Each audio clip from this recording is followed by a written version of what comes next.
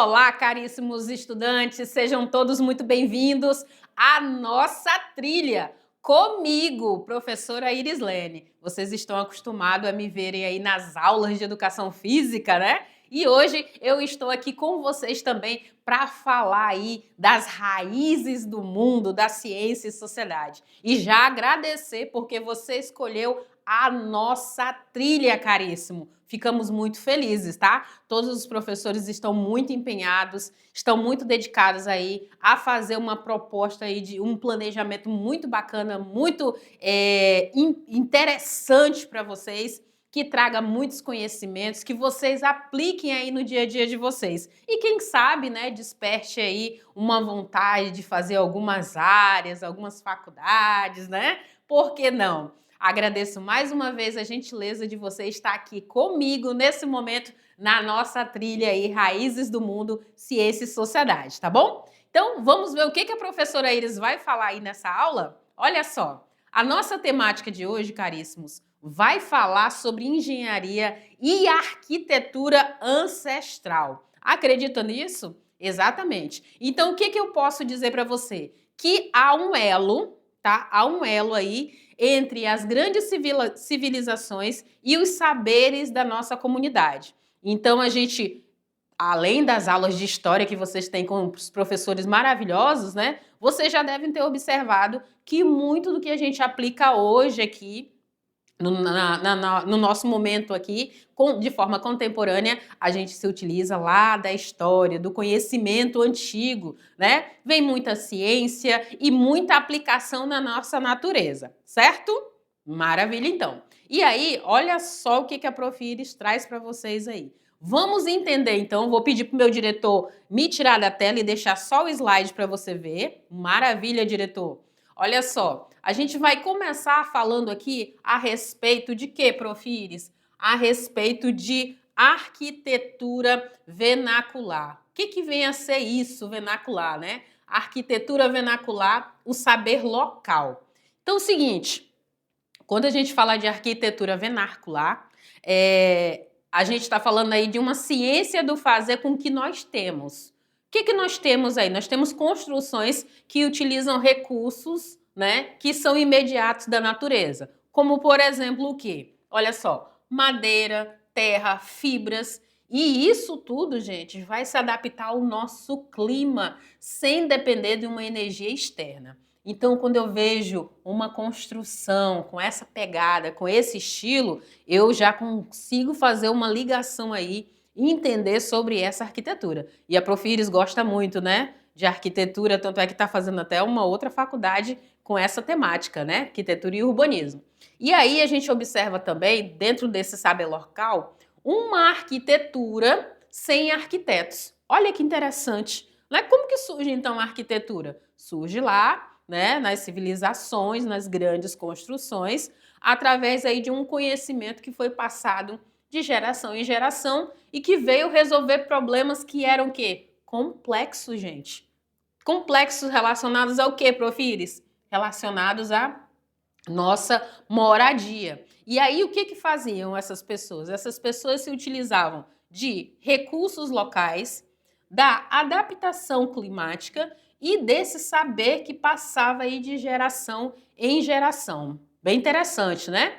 Olha só, tem um autor que ele entende, o Bernard, que ele entende que a arquitetura, ela é uma resposta, olha que interessante, ela é uma resposta que é direta às necessidades humanas e às condições do ambiente. Agora pensa aqui comigo, eu vou entrar aqui nesse slide para você conversar comigo.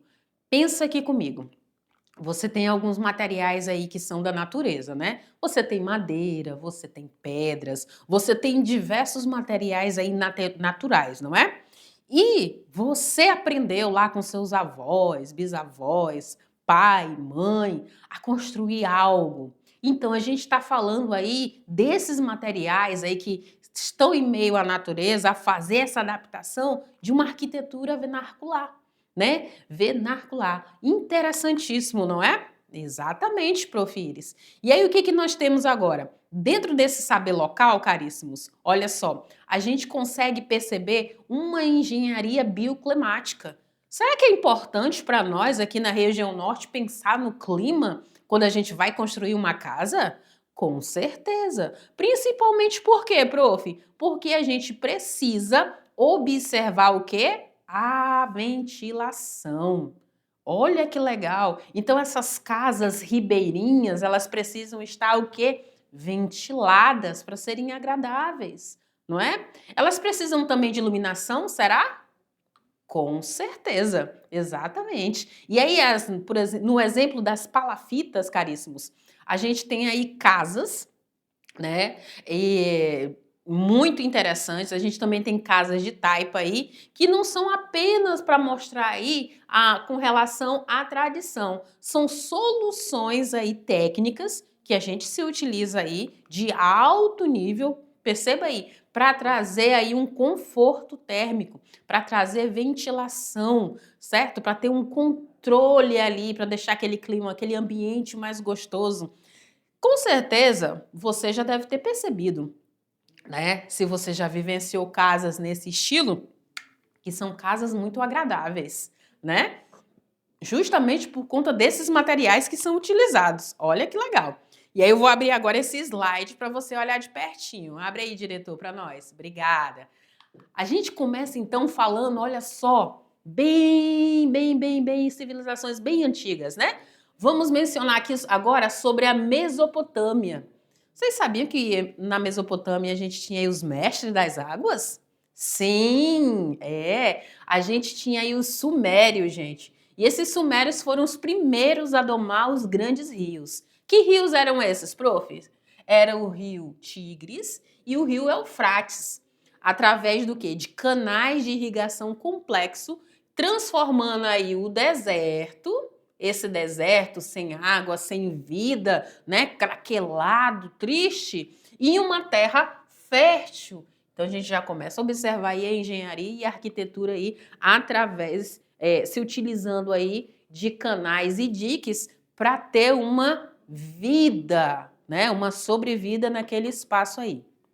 Ainda na Mesopotâmia, a gente começa a observar aí que, olha só esse gráfico, como ele é interessante aqui. Olha só, quando não tem irrigação, olha só esse impacto aí. E quando a gente começa a colocar canais simples, diques e compotas, a gente começa a ter o quê? Uma maior produtividade agrícola, gente. Tudo que tem. Por isso que muitas populações vão morar onde? Próximo dos rios, não é? Justamente para ter o que? Fertilidade na terra, para ter irrigação controlada, para ter esse sistema que proporcione aí que nós tenhamos aí alimentos nas nossas mesas. Muito interessante, né, gente? Perfeito.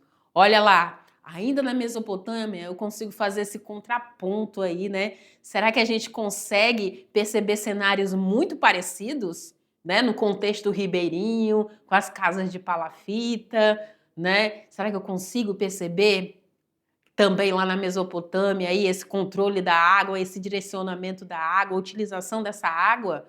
Com certeza, né, gente? A gente tem maior produtividade, a gente tem aqui fortalecimento da agricultura. Olha que legal, olha que bacana, gente. Tudo através dessa engenharia e dessa arquitetura planejada e pensada, né, por aquelas populações, aquelas civilizações. E aí a gente consegue fazer essa conexão do ribeirinho, né? Assim como os antigos, as comunidades ribeirinhas hoje gerenciam aí o ciclo das cheias, das vazantes para a sobrevivência e também a sua produção. A gente também consegue ver a gestão hídrica, né?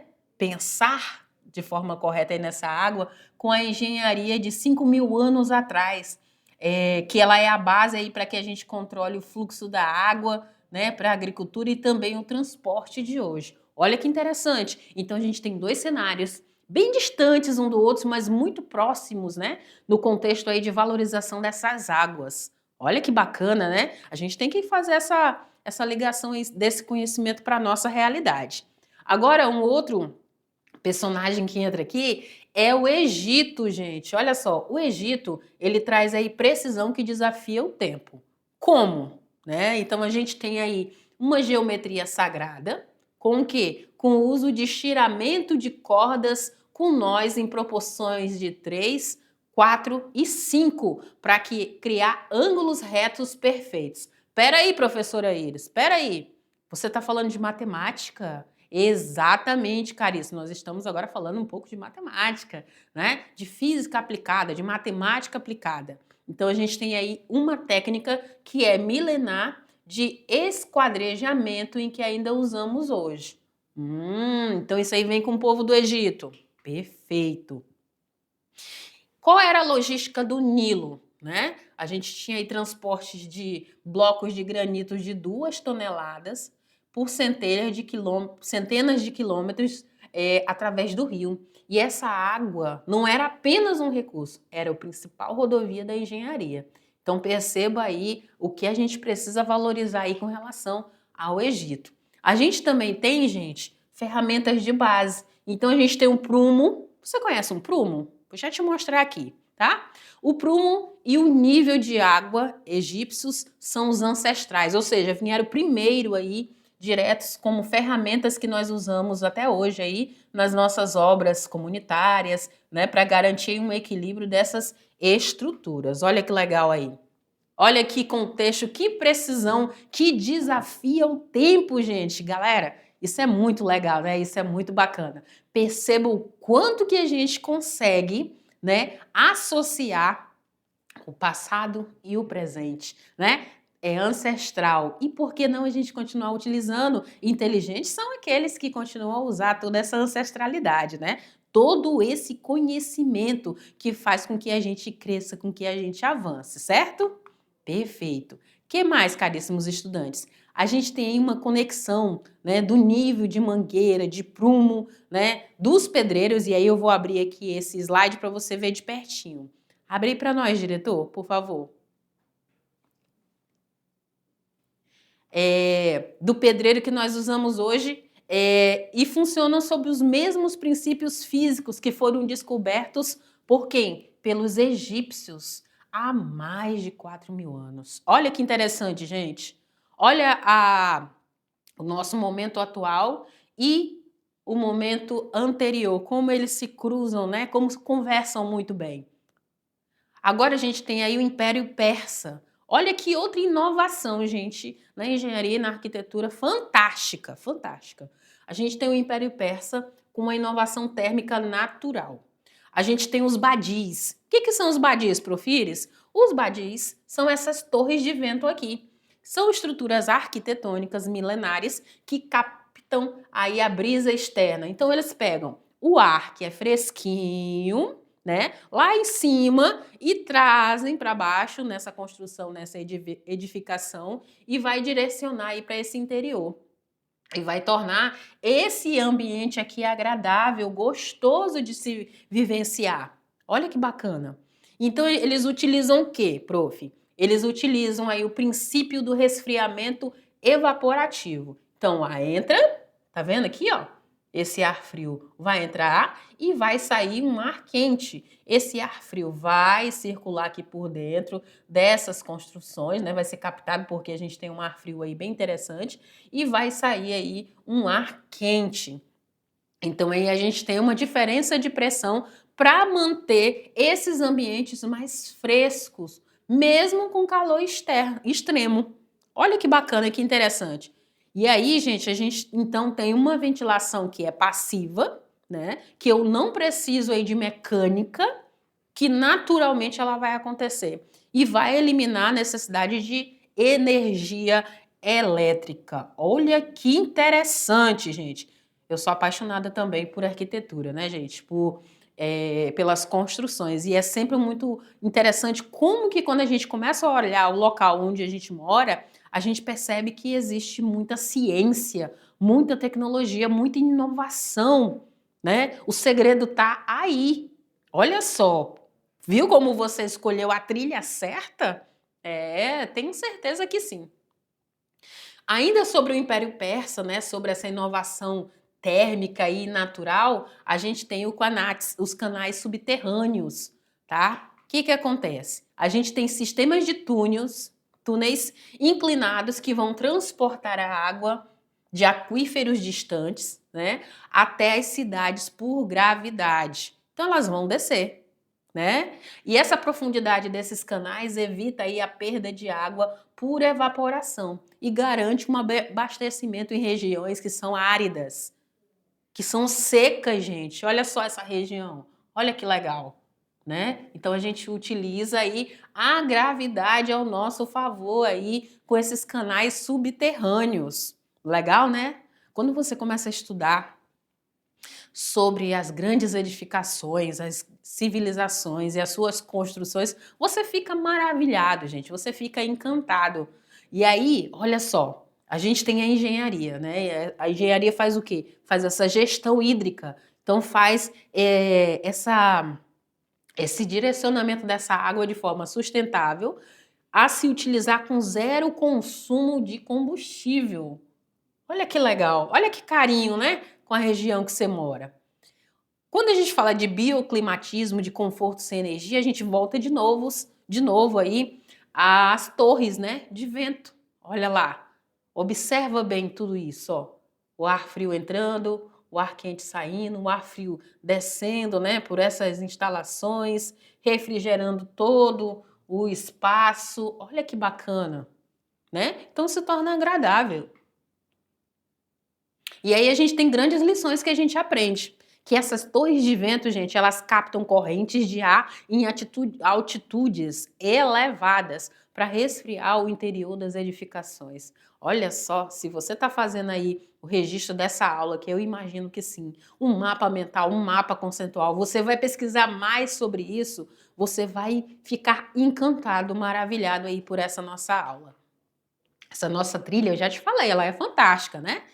Agora trazendo para o nosso contexto, para a nossa realidade amazônica, aí, né, esse bioclimatismo, se manter-se confortável, né, sem energia do nosso espaço.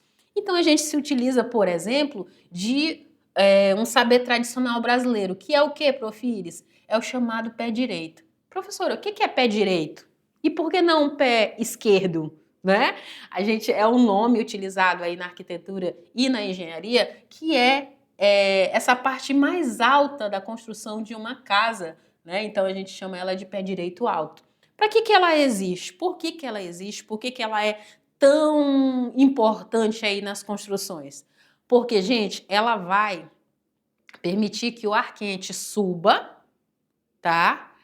E saia, mantendo a zona de ocupação mais fresca. Então a gente consegue perceber a ligação com o cenário anterior, né? Das torres de vento? Sim. E se eu tiver janelões aqui, ó? Se eu tiver aberturas aqui em cima, aí vai facilitar, porque aí essa casa vai ficar bem fresquinha, bem gostosa de se viver aqui dentro, né, gente? Com certeza, Profires. Você sabe aí que é muito bom quando a gente tem uma casa ampla, uma casa bem pensada, que a gente vive melhor, a gente tem qualidade de vida. A Profires fala muito sobre qualidade de vida nas aulas de educação física, né? Pois é, o pé direito alto traz essa qualidade, traz esse conforto aí sem energia, né? Só pensando de forma estratégica, vendo a orientação dos ventos, a posição solar, tudo isso faz parte aí desse contexto aí da construção civil. Olha só o contexto das lições do Oriente. A gente falou de uma realidade brasileira, agora as lições aí do Oriente. A gente tem um resfriamento que é evaporativo, o ar passa por canais de água, certo? Antes de entrar em casa e ele baixa essa temperatura.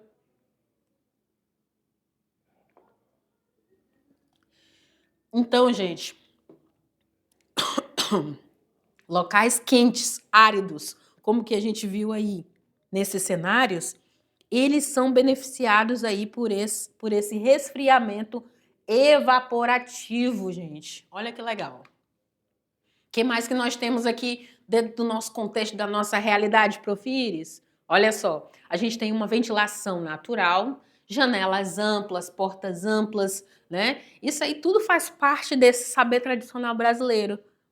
Como que a gente chama isso, prof? A gente chama de ventilação cruzada. né? Então tem um porta, tem uma janela, o ar entra por uma abertura, sai por outra abertura, entra por uma porta, sai pela janela, entra pela janela, sai pela porta, né? Sai pela parte superior, se esse meu pé direito for alto aqui. Então a gente tem, caríssimos estudantes, muitas vantagens interessantes aqui com essa passagem desse ar, né? Dessa ventilação natural aí, sem esforço, sem mecânica, né? É só deixar fluir, além do sombreamento que a gente tem. Então a gente tem janelas e aberturas posicionadas de forma estratégica que permitem aí o fluxo constante dessa brisa, desse frescor. Né? E se eu estiver na beirinha de um rio, então, gente, olha que delícia.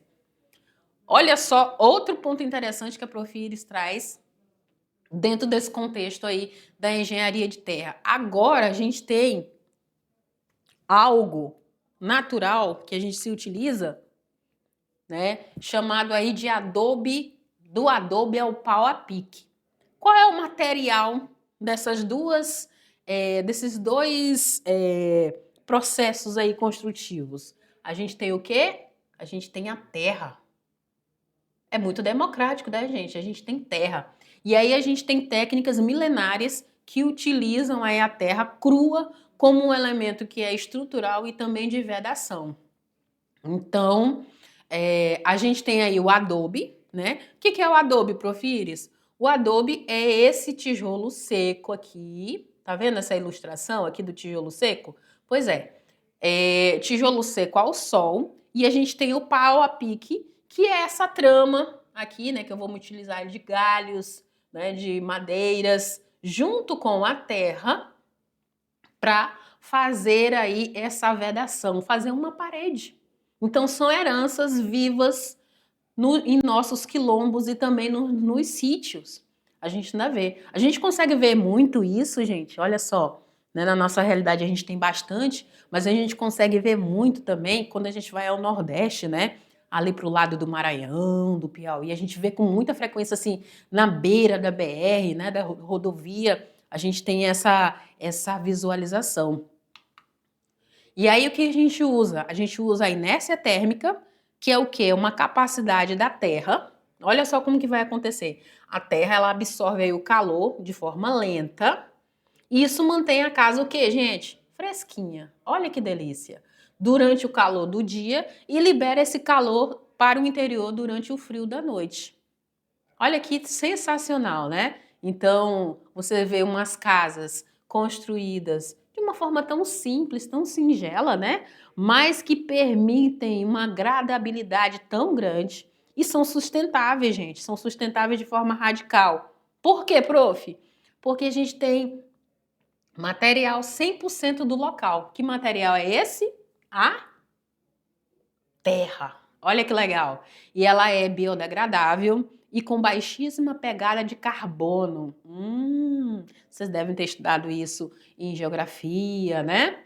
Eu tô sabendo. Superando muitos materiais modernos em desempenho térmico. Então a gente está falando de quê, prof? A gente está falando de temperaturas mais amenas, né? E aí a gente tem uma engenharia de terra chamada adobe e a gente tem uma engenharia de terra chamada pau a pique. O que elas fazem? O que elas contribuem para a gente? Elas têm um efeito muito positivo na temperatura interna. Né? Então, perceba aqui que no verde a gente tem Quando eu me utilizo aí... Quando eu me utilizo aí desse efeito térmico, eu tenho aí a temperatura se mantendo estável. Tá vendo aqui? Olha só. Enquanto, né, quando a gente não se utiliza, a gente acaba observando que essa temperatura ela sobe em determinados momentos aí. Né? Então ela vai oscilar muito drasticamente aí entre o dia e a noite. Então é uma engenharia muito interessante para a gente estar utilizando. Essa engenharia, gente, olha que conhecimento bacana, que conhecimento legal, que é esse conhecimento aí sobre o adobe e o pau a pique. Muitos de vocês eu sei que conhecem, né? Eu tô sabendo. O que mais que nós temos aí, Profires? Olha lá. Então, agora a gente fala um pouquinho da engenharia naval. E aí eu vou abrir aqui de novo esse slide para você acompanhar comigo aqui essa sequência. A gente fala de engenharia naval como um domínio aí dos rios e dos mares. Como? Com a herança fenícia. Olha os fenícios entrando aí. Olha a história pura, gente. Os fenícios, eles eram mestres da navegação e eles se utilizavam aí de técnicas de construção que dominavam aí o Mediterrâneo. A gente também tem a ciência dos materiais, com a utilização de madeiras resistentes, né? Madeiras duras, aí, madeiras fortes, para calafetagem e que garantiam aí a durabilidade aí dessas maravilhosas construções aí, né? Aquáticas, né? Fluviais aí. Então nós temos aqui agora fazendo essa conexão entre o passado e o presente, a gente tem a tecnologia ribeirinha. Olha, prof, que legal! Então a gente se utiliza do quê? O que faz parte do contexto amazônico? Canoas de tronco único, né, gente? Como que é? Elas são esculpidas em uma peça única com excelente estabilidade. A gente também tem as rabetas, né? E a adaptação que se utiliza aí de propulsão, né? Ela empurra, né, essas águas rasas e adaptada aí para a nossa geografia local. Então, percebam aqui, olha, gente, essa aula é fantástica. Muitíssimo grata por você ter escolhido a nossa trilha. Estou muito feliz aqui, tá? A gente percebe nesses dois cenários aí uma conexão técnica, que é a escolha do quê? Madeira. A gente falou de terra ainda agora é madeira. E o desenho do casco para vencer a correnteza de forma estratégica. Não é parecido os dois cenários? A gente está falando de ancestralidade, a gente está falando de conhecimento local, a gente está falando de conhecimento antigo. Olha que legal, gente. Muito bacana, né? Muito bom. A gente tem agora a Núbia. A Núbia traz o quê? Traz metalurgia e fibras sustentáveis, gente. E aí o que acontece, Prof. Iris? A gente tem a utilização do ouro e do ferro.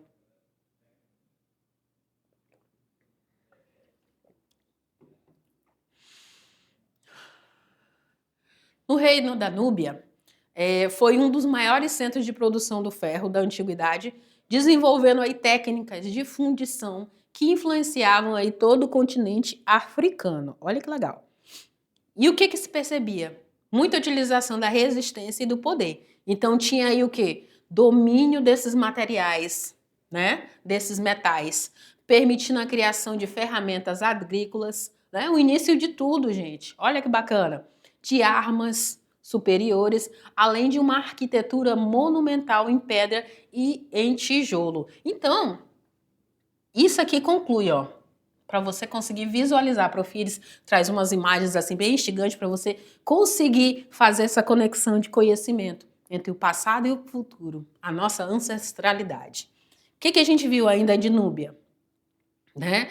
A gente tem aí essa aplicação local, né, desse conhecimento, também sobre a palha, né, o qual a palha para colher, e também de traçar um telhado é ciência de materiais aplicadas à sobrevivência e conforto. Então nós temos aí construções indígenas, inclusive um dos meus trabalhos que eu estou realizando agora fala disso, né? Fala desse conhecimento aí, dessa trama da palha, né? Desse conhecimento indígena. E aí a gente usa dessa engenharia de fibras. Para quê? Para fazer coberturas inteligentes. O que são coberturas, prof? Telhado, gente, olha. Telhado. Isso aqui é uma cobertura inteligente? Muito, com certeza uma cobertura inteligente. A gente se utiliza aí de uso de palha, de cipó, de fibras vegetais, né, em alguns contextos, em coberturas indígenas e também em coberturas quilombolas. Uma engenharia que garante aí para a gente impermeabilidade e ventilação natural simultaneamente. Então é um local que é fresquinho, que é agradável, além de ter um sombreamento, né? Muito bom. E a durabilidade ancestral? A gente tem técnicas de amarração, né?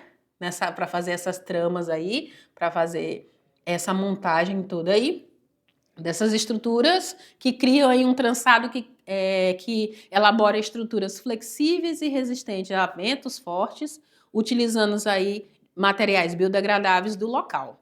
Muito bom, né, gente? Maravilhoso. O que mais que nós temos, prof? Nós vamos agora mapear aí para existir essa cartografia do território. Olha só, a gente também tem aí como material muito importante a origem da argila. Então o berço dela vem da Mesopotâmia, né? Então a gente tem aí os primeiros mapas conhecidos foram gravados em tablets de argila, detalhando aí propriedades, canais e cidades para a gestão do território. A gente tem domínio de um espaço, então era importante mapear, tá? Era e é uma ferramenta de poder e de sobrevivência, permitindo um planejamento de rotas comerciais e também de defesa. No nosso território, a gente está falando dessa cartografia desse território, a gente tem um mapeamento afetivo, um conhecimento dos rios, de trilhas, de áreas de inundação, que vocês, caríssimos, possuem uma forma sofisticada de cartografia empírica, né? Conhecimento, saber local de vocês aí. Recursos e fontes. Identificar onde está o barro, onde está a madeira, onde está a água limpa. É muito importante. Então, é o primeiro passo para qualquer projeto de engenharia comunitária. Então, se eu quero aí me desafiar, né, ajudar o meu local a crescer, eu preciso entender onde estão esses materiais. E aí, gente, o desafio aqui, por exemplo, como mapearmos os nossos rios e trilhas hoje sem depender de GPS. Como que a gente faz isso? O saber local, ele é a nossa bússola mais precisa. Como é que uma pessoa entra na mata e consegue sair dela de forma tranquila? Né? Já se perguntaram isso? Interessante, né, gente? Muito bom. Fazer uma trilha lá de educação física e entrar e sair desse espaço de forma tranquila. Olha aí, desafios para vocês. O que a gente precisa então, gente? Enquanto futuros arquitetos, enquanto futuros engenheiros, enquanto pessoas que se importam com o local onde vive, a gente precisa, gente, valorizar o conhecimento dos nossos antepassados. E isso não é atraso, tá? É uma ciência de ponta. Ela é aplicada aí para a nossa sobrevivência, para o nosso conforto térmico. A gente precisa unir esses conhecimentos, não é? Precisamos, prof, exatamente. Então o segredo está em casar sobre o saber tradicional com os materiais que a gente tem, certo? Com uma técnica moderna, com cálculos, com tecnologia de ponta, tá? O que a gente faz com tudo isso, prof? A gente resolve um problema. Olha aí a matemática de novo, né? Usa a sua formação para criar soluções reais para a melhoria desses espaços, né, na minha comunidade, no saneamento, na energia limpa, na moradia, né? Tudo isso é saber ancestral, gente. Então, caríssimos, vocês são protagonistas da transformação do seu território, tá? Utilizem esse conhecimento que vocês tiveram aqui, essa pincelada muito boa, muito gostosa que nós tivemos aqui nessa aula, para vocês produzirem e aplicarem conhecimento no local onde vocês moram, certo? Muito bem. E aí, para a gente reforçar esse conhecimento, gente, eu fiz lá um videozinho que tá muito legal para vocês assistirem, que está no meu canal, tá? Tá nesse link aqui, que fala aí da trilha integrada Raízes 5, tá? Raízes do Mundo, Ciência e Sociedade, que é uma pincelada em tudo que a gente conversou aqui. Assistam, compartilhem, tá? Passem para os colegas esses conhecimentos, apliquem, se possível, na realidade de vocês, ficarei muito feliz. E no final dessa trilha, peguem esse conhecimento que a gente aprendeu aqui e tragam ele de forma prática, tá? Quero ver algo concreto construído por vocês a partir desse conhecimento que eu lancei aqui para vocês, tá? Claro que vocês vão pesquisar mais, vão buscar mais, mas vocês já abriram a mente, né? E agora é hora da gente protagonizar aí. O que é isso, prof? Tem atividade para vocês fazerem. O que vocês vão fazer? Olha lá. Primeira atividade, eu chamo ela de atividade, o desafio de Badi, de sucata, tá? A ideia é que vocês façam essa produção em 45 minutos. O que vocês vão precisar aí? O que vocês vão observar? Vocês vão compreender, então, os princípios da termodinâmica e da ventilação por pressão. Vocês vão utilizar garrafas PETs grandes, papelão, fita adesiva, tesouro estilete, borrifador de água, incenso ou algum papel, né, para fazer fumaça, para a gente conseguir visualizar esse ar. E aí eu trouxe uma ilustraçãozinha aqui do lado, tá, para vocês verem. Então vocês vão, gente, construir uma maquete simples e já guarda ela para o final dessa trilha, hein? Quero ela linda, maravilhosa, assim como vocês sabem fazer, hein? Simples de uma casa usando aí um papelão. Vocês devem projetar e instalar uma torre de vento. A gente viu isso na aula, não foi? Exatamente. Usando aí a garrafa PET. Então vocês vão testar e vão usar essa fumaça. Olha só a parte de laboratório de criação aqui de vocês. Então vocês vão usar a fumaça para ver se o ar é puxado para dentro ou expulso para a torre, tá? Vocês vão aí então borrifar água na entrada da torre para sentir o resfriamento evaporativo como os persas faziam, só que numa escala menor, tá bom? Ok. Aí, o que a gente tem? A gente tem aqui a segunda atividade, que é a engenharia dos solos. Então, a gente tem um tijolo perfeito. E o tempo que eu estimei aqui para vocês é vocês conseguirem fazer aí dentro de 50 minutos, né? Essa aula corresponde à aula 2, 3 e 4. Então, a gente consegue fazer aí muita coisa. Vocês vão identificar as propriedades dos materiais locais e a importância das fibras na resistência, tá bom? Vocês vão poder utilizar amostra de terra de diferentes locais. Pode ser barro, pode ser areia, pode ser terra da mata, pode ser água, palha seca, capim, esterco, o que vocês tiverem aí, tá? Vocês vão utilizar aqui. E aí vocês vão criar 3 misturas. A mistura A vai ser apenas barro. E aí vocês padronizam o tamanho, o formato, tá bom? Quadrado, redondo, retangular. Fiquem à vontade. O segundo vocês vão usar barro e areia. E o terceiro vocês vão usar barro, areia e fibra. Essa fibra vai ser a palha, tá? Sabe aquela roçagem que vocês fazem com a roçadeira? Ou que vocês têm aí no quintal de vocês? Pode utilizar aqui. Essa roçagem seca aí também vai servir. E aí vocês vão testar. Olha a parte de laboratório aqui, né? Após uma secagem, vocês vão modelar, né, esses tijolos aí do formato que vocês quiserem. E após aí uma secagem rápida ou uma comparação imediata de plasticidade, vocês vão discutir qual a mistura racha menos e qual suporta mais peso. Então vocês podem fazer hoje, tá? E aí amanhã vocês observem aí qual a estrutura que está mais forte, que está mais resistente. E aí vocês vão relacionar essa técnica de taipa de mão, de pau a pique, usada pelos quilombos e nos sítios. Eita, prof, que coisa legal, né? Tem muita aplicação boa, né? Maravilhosa relacionada à arquitetura e à engenharia. E a última atividade, gente, para a gente fechar aqui, já avançando aqui um pouquinho, né? A gente tem uma atividade chamada mapeamento afetivo e tecnológico. Aí vocês vão ter um tempo maior, tá? Vocês vão distribuir essas 3 atividades aí dentro desse tempo que vocês têm referente a essas aulas, né? E aí, essa aula, vocês vão aplicar os conhecimentos de cartografia, né? Os conhecimentos lá da geografia, vocês vão aplicar, vão planejar uma infraestrutura comunitária. Então, vocês vão pegar aí papel pardo grande, um papel, né? Ou até mesmo um chão da terra, carvão vegetal, sementes coloridas. Essas sementes pode ser um urucum, pode ser um açafrão, pode ser um giz. E vocês vão formar aí grupos. Prof, não dá para formar grupos, vou fazer na minha casa. Tudo bem. E vocês devem aí desenhar um mapa da sua própria comunidade. Como é que é? O que está aqui, o que está acolá, vocês vão sinalizar. Camadas desse mapa. Com a cor azul, onde vocês vão marcar aqui aonde passa a água. Tá vendo? Legal. De onde vem e para onde vai. Com a cor marrom, vocês vão encontrar aí o melhor barro e a madeira. Onde estão esses recursos? Então, vocês vão marcar aí em marrom, né? Tem esse esqueminha aqui. E com verde as áreas de sombra e de proteção, né? Normalmente aquelas áreas que estão próximas aí dos mananciais para proteger as nossas águas, né?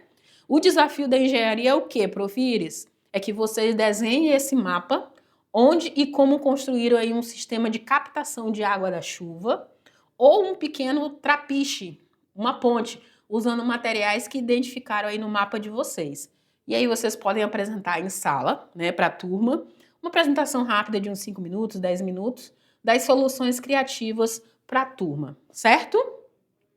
Maravilha, é bastante coisa, né? Mas eu quero ver mão na massa de vocês, que eu sei que vocês conseguem, vocês podem, e tudo o material que tem aí pertinho de vocês. E aí, pra gente fechar, gente, a nossa trilha maravilhosa, eu deixo uma mensagem, assim como nas aulas de educação física, que diz o seguinte, olha lá, quando honramos nossas raízes e aprendemos com a sabedoria ancestral, podemos construir um futuro que não é apenas tecnologicamente avançado, mas também sustentável, em harmonia com a natureza, caríssimos. Então, o conhecimento é a única ferramenta que se torna mais afiada e quanto mais nós usamos. Tá bom? Então eu fecho com essa mensagem com vocês. Espero que vocês tenham gostado bastante dessa aula, dessa trilha, porque ela foi feita com muito carinho para vocês, tá bom? Ó, beijo no coração e mão na massa aí, façam as atividades, tá bom? Tchau!